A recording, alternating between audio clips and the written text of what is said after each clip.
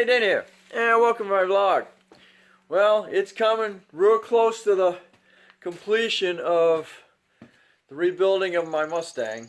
Right now I'm getting ready to run the brake line from the master cylinder up front here, from the master cylinder up here all the way back to the rear block.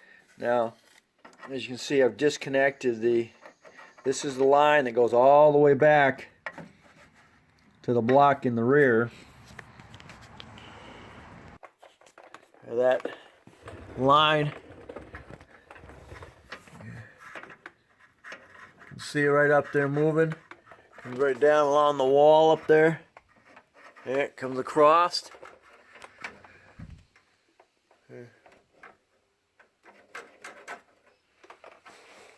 Comes across the bottom of your radiator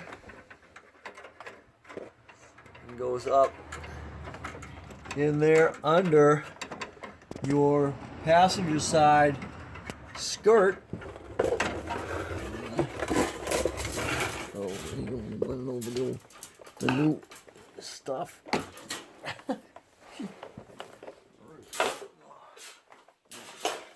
Alright. Goes under the skirt.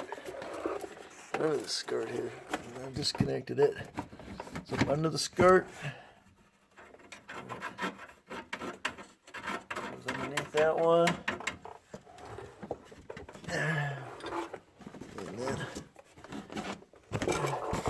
you get a cipher. It's right there.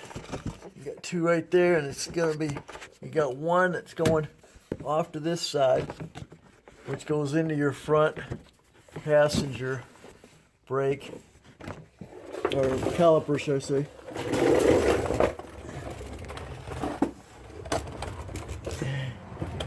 And then it's coming down again underneath that skirt. It is this one here. I'm gonna pop that. Yeah. Yeah.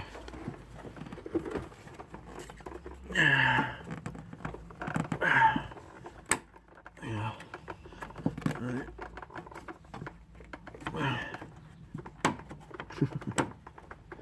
All right. Get out of there.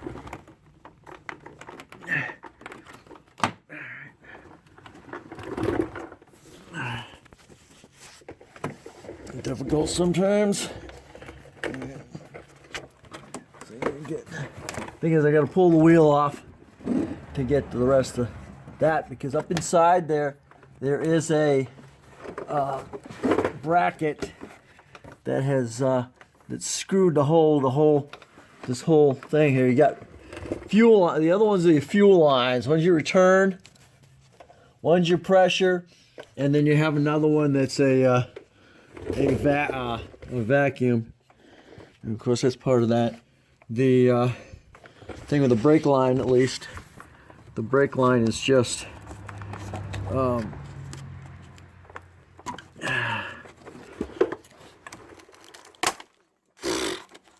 being held. Okay, it's just being held in place by the little clips here. And I'm gonna run the original, the new line right in the same lines. Now back here, and then again back here they're mixed in with another bracket, and I really don't want to mess with those. They're all bolted down, and I don't want to mess with them if I can help it. But there's the line right there coming out of here. This one right here going into the block, and that comes out, goes right across the top up here, and it's coming down. So what I'm going to be doing, I'll chop it. I'm going to cut it right about here, and then get that one undone from there, and I'll be running the new line right along the other, and Probably use a zip tie to hold it right against the other lines, but I'm gonna cut along the different thing here to get disconnected. Oh, it's under my whip. There we go. I'm good to this point. See, I'm gonna take pull the wheel off so I get that skirt out of the way here. Oh man! Ay. Ah man! All right. At this point, I cut it right here. I'm gonna be cutting it up front here. Remember I said I didn't like to splice in the lines? Well, unfortunately, I'm gonna have no choice because these are bubble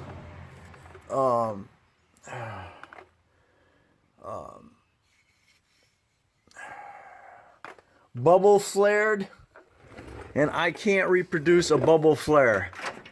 I can reproduce a double flare, but I can't reproduce a bubble flare.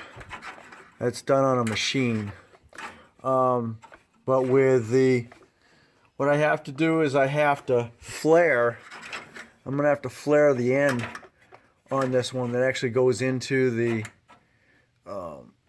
block coming off the master cylinder, and I'll be able to mate that.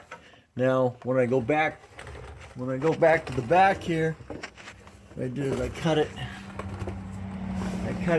cut this again where it starts going into the other ones right on this wall, because I'm not going to undo that. I'm not going to undo that thing there. And so I cut it right there. And oh, you prick. All right. And I've also cut it right here, right up close to, real close to the fitting itself. And then I can drop that, get that down, get it out of there. Now right here, what I'm gonna have to do is I'm gonna have to buy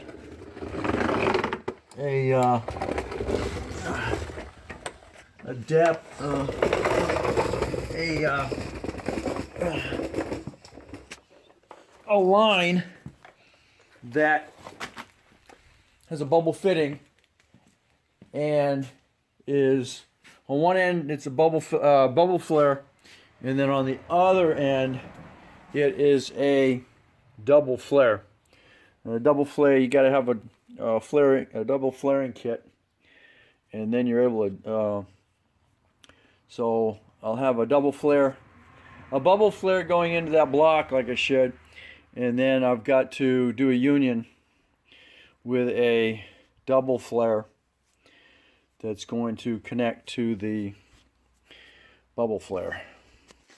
Alright, what I did in the back is try to get it off just with a wrench. Ain't happening. So what I wound up doing, I just cut it.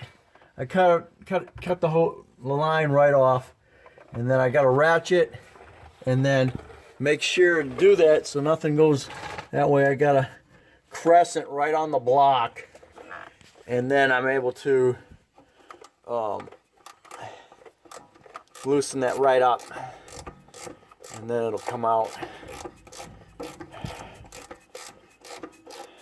There we go. And that's that. Now remember what I told you?